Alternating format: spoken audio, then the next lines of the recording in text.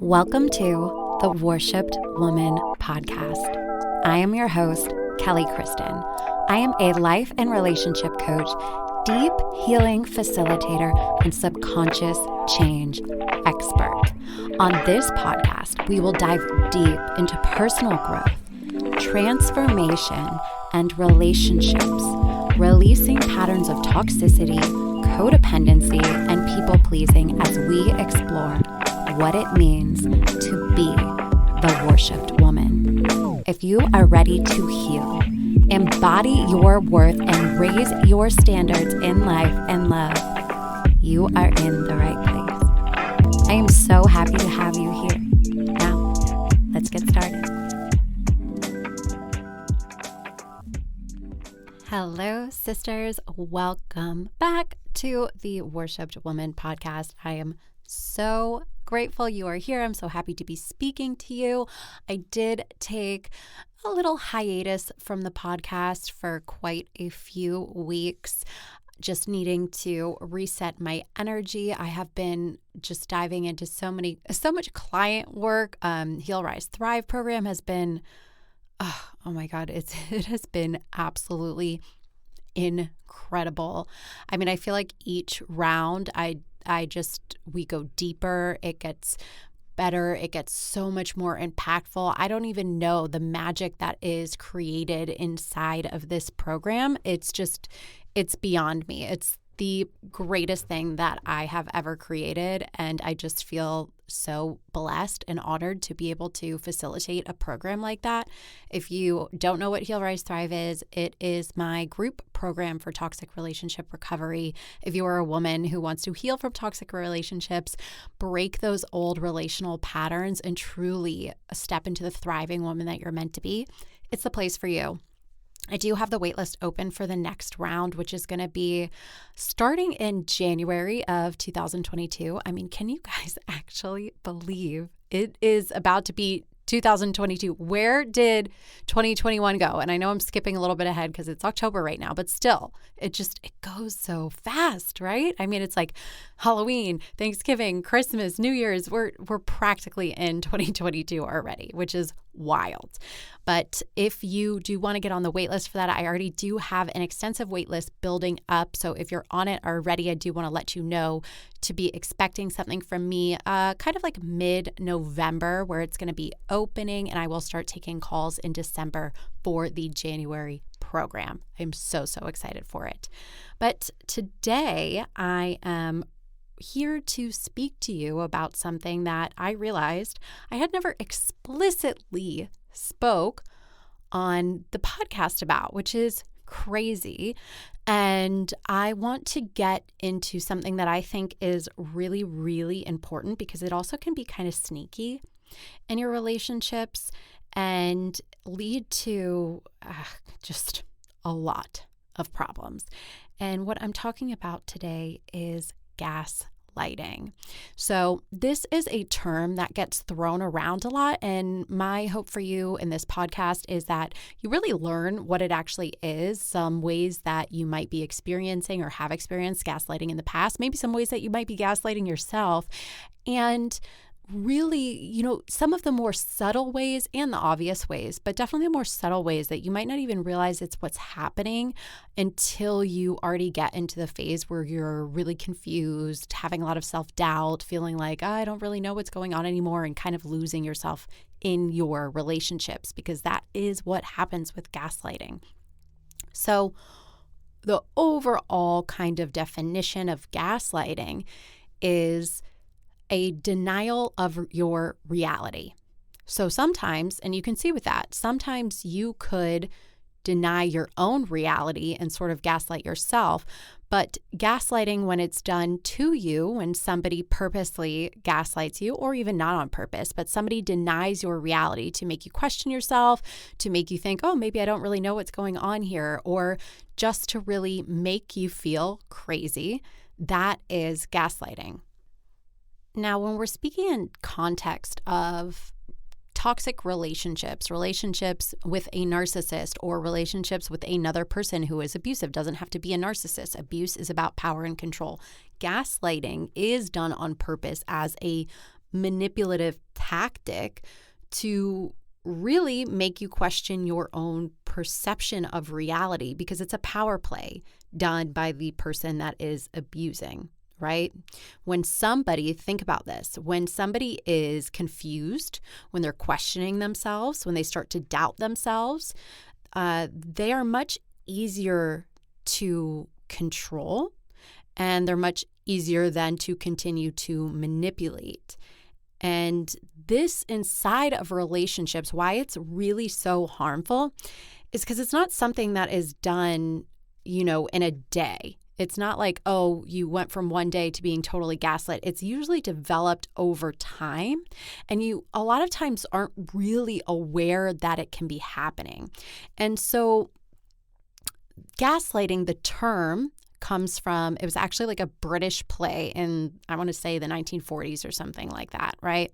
And it was actually the husband in this play kept turning down the gas lamps, because lamps, they didn't have electricity, they were lit by gas, right? So he kept turning down the gas light.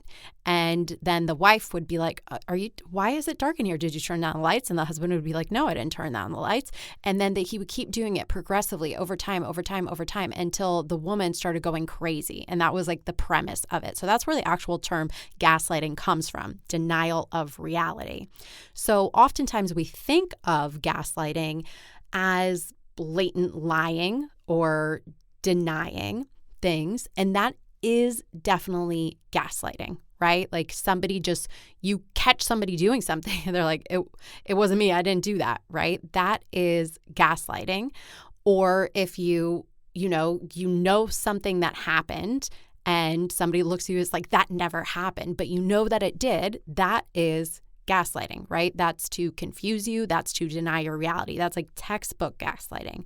But there are more covert ways that we experience gaslighting, and they will come to the same sort of effect, right? So I want to talk a little bit about that, because gaslighting is a very damaging form of emotional abuse. And I want to make it clear to you that if you are in a relationship where you feel like gaslighting is going on already, maybe even hearing me talk a little bit about it, I want to make it very clear to you that is emotional abuse. It is not okay. And most of the time, the person doing it is doing it to purposely manipulate you, to either have power and control over you, or to not take responsibility for things that they're doing. So it's not a good thing. It's emotional abuse. And you really, really, really deserve emotional safety in your relationships. But let's go ahead and talk about some things that can happen that are gaslighting that you might not know about. The first thing I want to say is this: if you feel like you have conversations with somebody, and most of the time I talk about intimate partner relationships.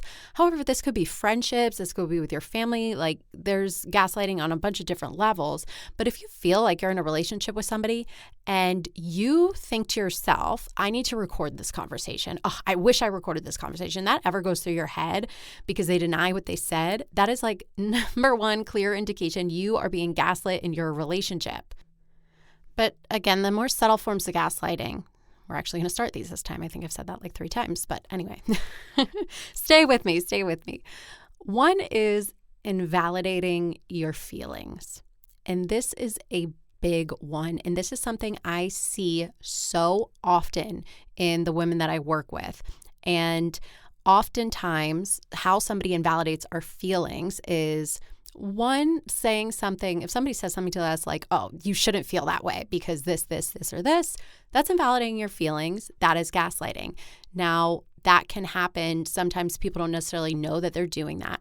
However, a person that is trying to manipulate you, control you, is going to invalidate your feelings and then tell you things like you're overreacting, tell you things like you're crazy. Maybe they try to form a pattern where they do something and then continually tell you that you're crazy, you're crazy, you're crazy. And then when you find out, like, oh, actually, this thing that I thought was happening that you kept telling me I was crazy about is actually happening, you find that out, well, then it goes to you're overreacting. What's wrong with you? You're so sensitive. All of these are ways to invalidate your feeling. And the reasons that this is really sneaky is because oftentimes this happens in our intimate relationships. It also happened in our life. Especially as women, we're often given the messages that our emotions are not right, we're overly emotional, we're too sensitive, like these things that kind of just from living in a patriarchal society is what happens over time. So we can pick up the message even subconsciously already, right? If we're already feeling like, oh, I'm a woman, I'm more emotional, or we have these stories that aren't necessarily true. They've been fed to us, though, for a really long time, so they're deeply embedded. If we have that story a little bit, and then we have somebody telling us, oh, you're being too sensitive, or, you're overreacting, you're this, you're that. And maybe our family did that to us as well, right? I know I personally don't come from a family where emotions were really all that accepted. It was kind of just like, if you get hurt, like get up and get over it, right? Kind of thing. It wasn't like, oh, are you okay? Or anything like that. It was like, no, well, you're feeling this way, too bad. So that would make me, or somebody like me, if you experience that, a little bit more susceptible to accepting this idea, oh, maybe I am crazy, maybe I am overreacting, maybe I am too sensitive. But I really want you to question if that is actually the truth, or if somebody is just placing that on you in a way to minimize your feelings, invalidate your feelings, right? Another way that gaslighting can show up is when somebody projects their behavior onto you. So let's say that you question your partner in some way, and for simplicity's sake, we'll just say something about, oh, you think that they're cheating on you, and you question them in some way about it. They will, one, of course, deny it, and then two, turn it back around you. So whatever it is that they're doing, they might just project it onto you and accuse you of all kinds of things, maybe provoked or not. Oftentimes it's provoked, but it can be unprovoked, where they just all of a sudden start accusing you of things. And you might be like, what? This is coming out of left field. I have no idea what you're talking about. I don't give you any indication that this, or this would be going on. And then all of a sudden you are defending yourself against the very thing that you were thinking in your head or knowing in your heart and in your intuition that was what was actually happening with them. And again, this leads to confusion. It leads to you feeling like, oh, am I doing something wrong here? When in actuality, this is them projecting their behavior onto you. Again, denying your reality, denying what you know, confusing you on purpose for manipulative purposes. Another thing that is quite common is using your vulnerabilities against you.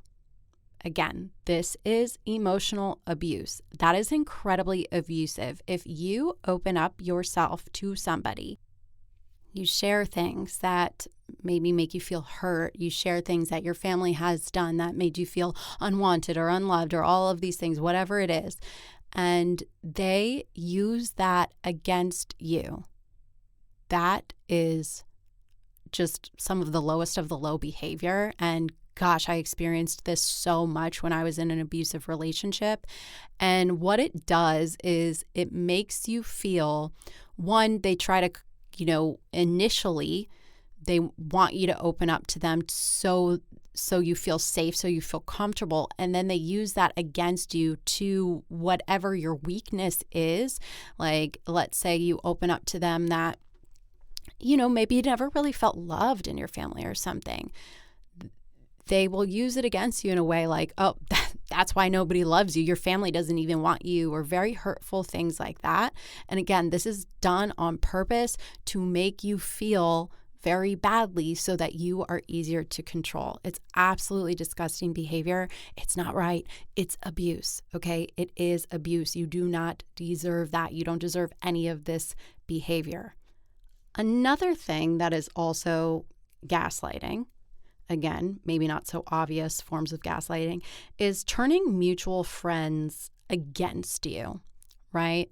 And then using that to say things like, everybody knows you're crazy. Like maybe you have a mutual friend and you know, they will bring the friendship into the conversation and say, even Jane knows you're crazy. She said you were crazy too, or everybody thinks you're crazy, or all of these things, right? To help sort of validate when they're calling you crazy or they're trying to invalidate your feelings or whatever it is. People that you know also think you're crazy and they're on board with this idea.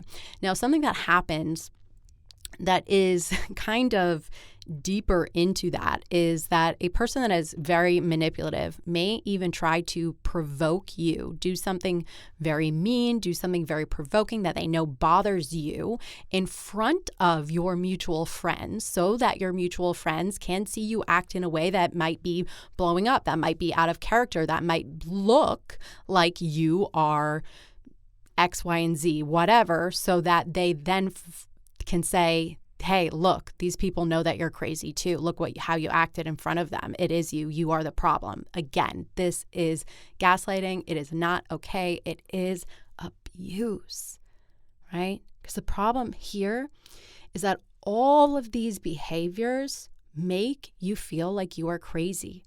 And over time, and this happens over time subtly, you begin to believe the lies as truth. And then you learn not to trust yourself. So then you learn not to trust your reality. You doubt yourself. Well, it's much harder to leave a toxic relationship, even though you may know you need to go or you may know this is not good for you. It's much harder to leave when you are doubting your reality constantly because you don't know what's real. And then it's much easier to stay in a state of cognitive dissonance where you make up a fantasy reality that really feels better than your current reality. So it's very, very important that you understand what is happening. And then you have to get really clear. And this is something that I suggest everybody to do when you feel like maybe you're experiencing cognitive dissonance. Maybe you are experiencing gaslighting in your relationship. I want you to actually get in the habit of writing things down that happen. Like, what is actually going on? And when you are in a place where you're questioning your own reality, being made to question your own reality, you really do need to bring another person in. So if that is a therapist, great. If that is a coach that is well-versed in these things, because even therapists, if a therapist is not well-versed in toxic relationships, especially dealing with narcissists and things like that, therapy oftentimes cannot be very effective. So it really does need to be somebody who is in the know about these things, whether because they specialize in it, they have personal experience with it, whatever it is. But I have seen a lot of people, that come into my world saying, my therapist just didn't get these things at all. And that's nothing against therapists because everybody is different, right? We all have our different specialties. But if you are dealing with this, it is important that you work with somebody who knows what is going on. Even if, let's say you are out there and you're like, no, I don't want to go to therapy. I don't have the money for a coach or whatever it is. Friends, right? Friends that you can call and say, hey, this is what's going on. Am I crazy? Does this seem normal to you? And this is important though. Be careful of who your friends are, because I specifically remember at the time when I was in a very abusive relationship, I lost a lot of my friends that were, I guess, a little bit more healthy because I was embarrassed, because I was ashamed of what was happening in my life. I lost contact with them. Also, when you are in the situation that's abusive, oftentimes the abuser and the very toxic partner is not going to want you to be hanging out with friends that know who they are or want you to, maybe start empowering you a little bit, right? So there's different levels of manipulation that happen there.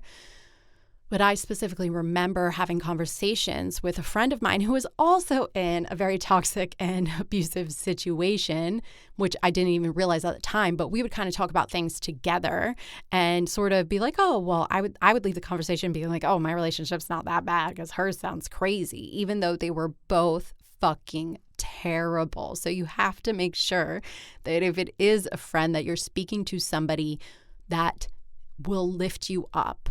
And I think about my friendships now, and I think about how I treat my girlfriends now, and it's like, I love them so much. I lift them up. I'm like, you're amazing. You're beautiful. If somebody's not treating you this way, they cannot be in your life. And that is the kind of friend that you need. If you don't have that, find some people online, maybe support groups of some kind. I mean, you can even go to what's that codependent anonymous CODA program or something like that, where you can actually get people in a community that might be experiencing similar things as you. But if you are experiencing a relationship that's really making you question your reality, making you question your sanity, you need outside help. You need outside support. You will not be able to do it alone. And that's not to say, oh, you're weak or anything like that, but we are humans. We need each other, and that is totally okay. That's okay. You got to have support. You deserve support. And I'm going to say this again. I don't know how many times I've said it, but this is abuse, and you do not have to take it. You do not have to live with it. You deserve so much better. Emotional safety is literally like number one of what an intimate relationship should provide for you and should be for you. It should be a place where you can safely show up in your feelings, safely show up. Hey, I'm having this issue. Hey, I notice that you're doing this, and this. Is everything okay? And not have it be a blow up, not have it be in something that somehow turns around on you like you did something wrong. Emotional safety, you should be able to show up as you are and be accepted as you are in your relationships. That is bare minimum. Bare minimum. Okay? You are not crazy for wanting basic decency and basic respect in your relationship. And you deserve so much more than that. And that is going to be it for me today. If you loved this episode, please leave a 5-star rating and review on the podcast. That would really mean so much to me, as it helps other people see it that need these kinds of messages, that need this kind of education, really, because it's something that, we don't often get the real of what's going on. Also, if you know another sister that needs to hear this, I ask that you please share it. I love you guys so much, and I'll talk to you soon.